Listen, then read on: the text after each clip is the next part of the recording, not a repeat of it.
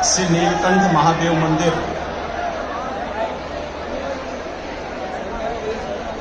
जालोर के इस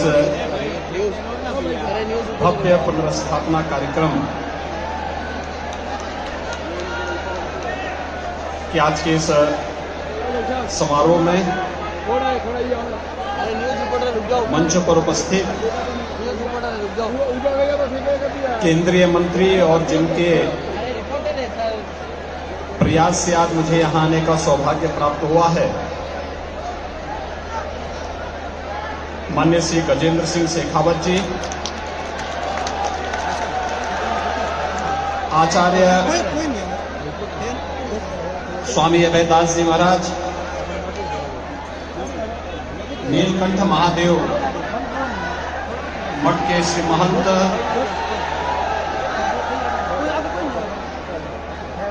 योगी सिद्धनाथ जी, सिद्धनाथ जी, करड़ा पीठ से श्री महंत योगी काशीनाथ जी,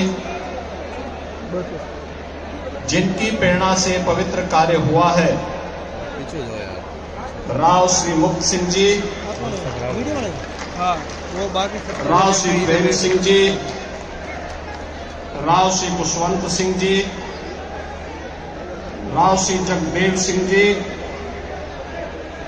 प्रेम भारती जी और भारतीय जनता पार्टी के यहाँ के स्थानीय हमारे सभी पदाधिकारी और माननीय विधायक श्री नारायण चौधरी जी, भारी संख्या में भीनमाल जालोर के इस भव्य समारोह में उपस्थित सभी श्रद्धालुजन, उपस्थित भाइयों बहनों, आज मेरे लिए बहुत सौभाग्य का विषय है कि मुझे 1400 वर्ष प्राचीन इस भव्य मंदिर में पुनरुद्धार के इस कार्यक्रम में आप सबके साथ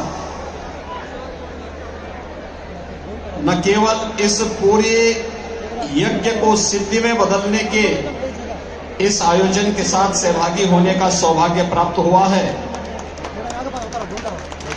बल्कि एक ऐसा कार्य जो 1400 वर्षों के उपरांत होने से एक नया संदेश देश के अंदर जाने वाला है। आप सब जानते हैं कि मर्यादा पुरुषोत्तम भगवान श्री राम ने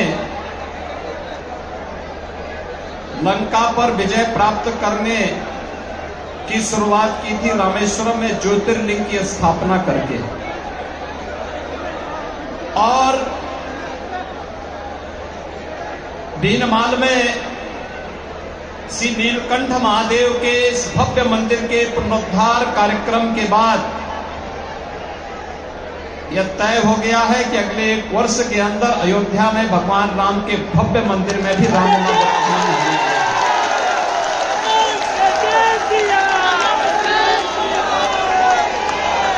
क्योंकि पहले नीलकंठ महादेव की ही पुनर्स्थापना होती है और यह कार्य आपने राजस्थान से प्रारंभ कर दिया है।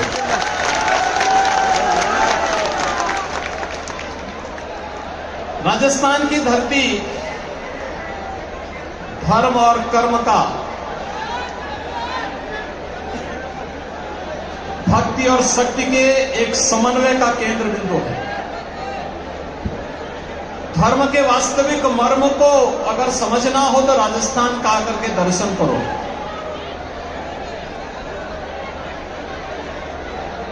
अपने शौर्य, अपने पराक्रम के लिए राजस्थान ने देश और दुनिया के अंदर अपनी एक नई पहचान बनाई। तो भक्ति के केंद्र भी सिद्धों, योगियों, संतों, ऋषि मुनियों ने भी अपनी साधना भूमि के रूप में इस धरती को चुना। और जालोर तो हमारे नाथ संप्रदाय के बहुत सिद्ध योगी थे। योगीराज जालंधर नाथ जी, जिनके नाम पर ही जालोर नाम पड़ गया। आप जालोर में जाते होंगे, श्री मंदिर में जाकर के दर्शन करिए। क्या भव्यता है, क्या दिव्यता है, क्या सिद्ध का आध्यात्मिक ओज है, यह भी हम सबको वहां देखने को मिलता है। और जालौर की धरती पर इसी परंपरा को पवित्र करने वाले योगीराज पीर शांतिनाथ जी महाराज का सानिध्य भी एक लंबे समय तक जालौर वासियों को प्राप्त होता रहा। आज वही परंपरा आगे बढ़ रही है और आज मेरे लिए यह अत्यंत महत्वपूर्ण है कि इस मठ में आज सिद्ध योगी पूज्य भलई नाथ जी महाराज के भंडारा आदि का कार्यक्रम भी यहां संपन्न हो रहा है। नाथ संप्रदाय में और योगी परंपरा में संतों, सिद्धों, योगियों की परंपरा में भंडारे का अपना एक महत्व होता है। वह भी आज संपन्न हो रहा है। मुझे आपके साथ इस कार्यक्रम में सहभागी होने का अवसर प्राप्त हो रहा है। मैं इसके लिए, इस पूरे कार्यक्रम में मुझे यहां पर आने के लिए, आमंत्रण देने के लिए केंद्रीय मंत्री माननीय श्री गजेंद्र सिंह शेखावत जी को, श्री मुक्त सिंह जी को, श्री प्रेम सिंह जी को और उनके परिवार के सभी सदस्यों को मैं हृदय से धन्यवाद देता हूं। और आप सभी भीनमाल के श्रद्धालुजनों के प्रति मैं आभार व्यक्त करता हूं कि आप लोगों ने जो उत्साह दिखाया है, यह उत्साह हम लोगों को एक नई ताकत देता है। पूरी मजबूती के साथ धर्म के पथ पर चलते हुए अपने कार्यों के निर्वहन करने की एक नई प्रेरणा हम सबको प्रदान करता है। और आज मुझे प्रसन्नता है कितना भव्य आयोजन पिछले 11 दिनों से लगातार यहां पर चल रहा है। शेखावत जी अपने व्यस्त कार्यक्रमों में से समय निकाल करके स्वयं लखनऊ आए। मैं उनके आमंत्रण को अस्वीकार नहीं कर सकता था। फिर बीच में उन्होंने फोन करके भी पूछा, कहा कि आपका अभी तक कार्यक्रम पहुंचा नहीं है। तो मैंने कहा नहीं, अब तो मैं जरूर ही वहां पहुंच रहा हूं, आप चिंता मत करिए। भाइयों बहनों, मुझे आप सबके बीच में आने का सौभाग्य प्राप्त हुआ है। यह 1400 वर्ष पुराना नागभट्ट द्वारा स्थापित भगवान नीलकंठ का यह पवित्र स्थल हम सबको अभिभूत करता है। मुझे अभी महाकवि नागभट्ट की प्रतिमा पर भी माल्यार्पण करने का अवसर प्राप्त हुआ था। और मुझे प्रसन्नता है कि पिछले 15 वर्षों से राव मुक्त सिंह जी ने जिस संकल्प को लिया,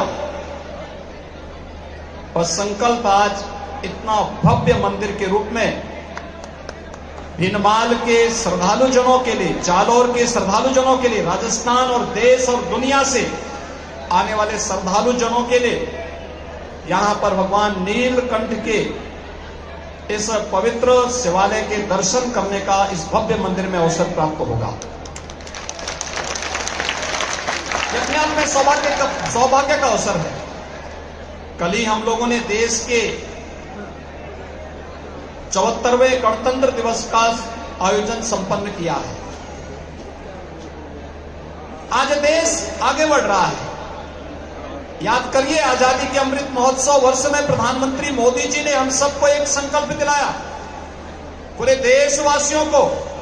और संकल्प था अपनी विरासत के, एक संकल्प जो पंच प्रण थे उनमें से एक प्रण था विरासत के प्रति सम्मान का भाव, अपनी विरासत का संरक्षण करना। ये विरासत का ही संरक्षण है। 1400 वर्ष पहले 7वीं शताब्दी में जिस मंदिर की पुनर्स्था, जिस मंदिर की प्राण प्रतिष्ठा का कार्यक्रम संपन्न हुआ, आज उसका एक भव्य रूप राव मुक्त सिंह जी के सहयोग से, उनके साधना से, आप सबके उत्साह से वह भव्य रूप हम सबको देखने को मिल रहा है। आज जिस प्रकार की एकता इस धार्मिक आयोजन में देखने को मिल रही है, कोई जाति नहीं, कोई मत का भेद नहीं, कोई मजहब का भेद नहीं। भाइयों बहनों, हम सबको अपने दैनिक जीवन में भी इस भाव को अंगीकार करना होगा। हमारा सनातन धर्म भारत का राष्ट्रीय धर्म है। हम सब अपने व्यक्तिगत स्वार्थों से ऊपर उठ करके अपने इस राष्ट्रीय धर्म के साथ जुड़ते हैं। हमारा देश सुरक्षित हो, हमारे मान बिंदुओं की पुनर्स्थापना हो, गौ ब्राह्मण की रक्षा हो, किसी कालखंड में अगर हमारे धर्मस्थलों को अपवित्र किया गया है, उनकी पुनर्स्थापना का एक अभियान चले। और इस अभियान का क्रम आज आप देख रहे होंगे। अयोध्या में 500 वर्षों के बाद प्रधानमंत्री मोदी जी के प्रयास से भगवान राम के भव्य मंदिर के निर्माण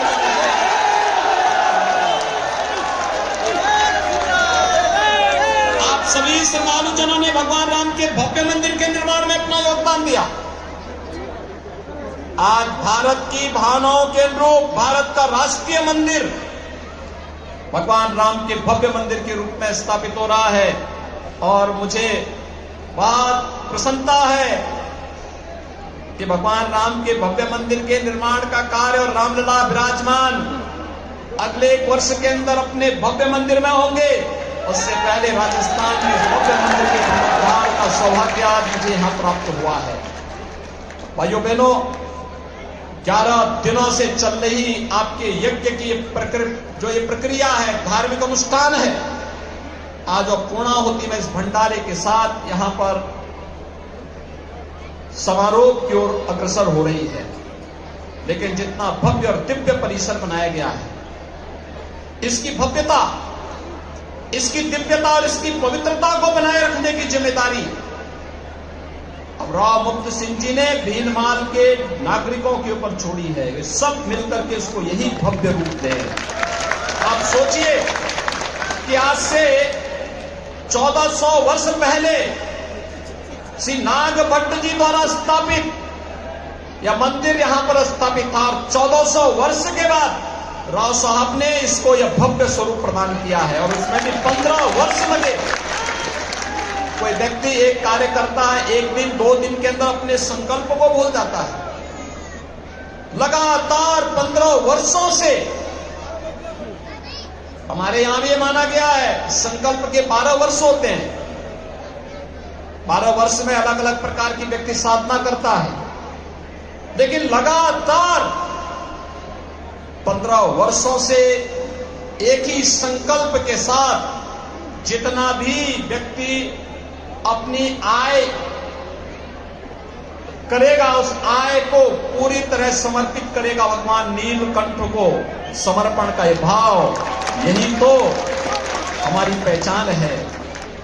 क्योंकि धर्म का ऋण हमारे ऊपर हमेशा रहता है। हर व्यक्ति ऋषि ऋण को चुकाने के लिए अनेक प्रयत्न करता है। मातृ ऋण को चुकाने के लिए, पितृ ऋण को चुकाने के लिए अनेक प्रयत्न करता है। और यह भी इस धरती के प्रति, अपने ऋषि ऋण के प्रति, धर्म के प्रति अपने कर्तव्यों का निर्वहन करते हुए उन्होंने यह भव्य रूप यहां पर देकर के इस मंदिर को आने वाले 1500 वर्षों के लिए जालोर वासियों के लिए, राजस्थान वासियों के लिए एक मानक स्थापित किया है। लेकिन इसको इस रूप में आगे बढ़ाने की जिम्मेदारी हम सब की होनी चाहिए, पूरे भीनमाल और पूरे जालोर वासियों की होनी चाहिए। यह भव्य रूप बना रहे। अक्सर होता है मंदिर बनाते हैं, परिसर भव्य नहीं हो पाता, छोटे से स्थान पे होता है। मंदिर बनता है लेकिन मंदिर में जाने का रास्ता बहुत संकरा होता है। या फिर उसके आसपास उस प्रकार की स्थिति नहीं होती है कि उसे एक भव्य स्वरूप दिया जा सके। लेकिन आज जब मैंने देखा मंदिर कितना भव्य रूप है, और ऐसा लग रहा था जैसे भगवान राम का अयोध्या में निर्मित होने वाले जो प्राचीन मंदिर, जो पुराना मंदिर का स्वरूप था, उसका एक रूप यहां पर मुझे देखने को मिला इस मंदिर में। आप सोचिए 15 वर्ष पहले यह संपन्न हुआ था, और आज यह मंदिर अपनी पूर्णाहुति के साथ यहां पर भव्य उत्सव के साथ, यज्ञ आयोजन के साथ एक कार्यक्रम आज यहां पे संपन्न हो रहा है। मैं इसके लिए राव साहब के पूरे परिवार को, आप सभी भीनमाल के श्रद्धालुजनों को, मंदिर समिति से जुड़े हुए सभी पदाधिकारियों को हृदय से बधाई देता हूं। अपनी मंगलमय शुभकामनाएं आप सबके प्रति व्यक्त करता हूं। भगवान नीलकंठ से ही प्रार्थना करता हूं, आपको भक्ति भी दे, आपको शक्ति भी दे, आपके जीवन में यश और समृद्धि इसी प्रकार से लाते रहे। इस विश्वास के साथ मैं आप सब के प्रति अपनी शुभकामनाएं देता हूं, अपनी वाणी को देता हूं विराम। जय जय श्री राम।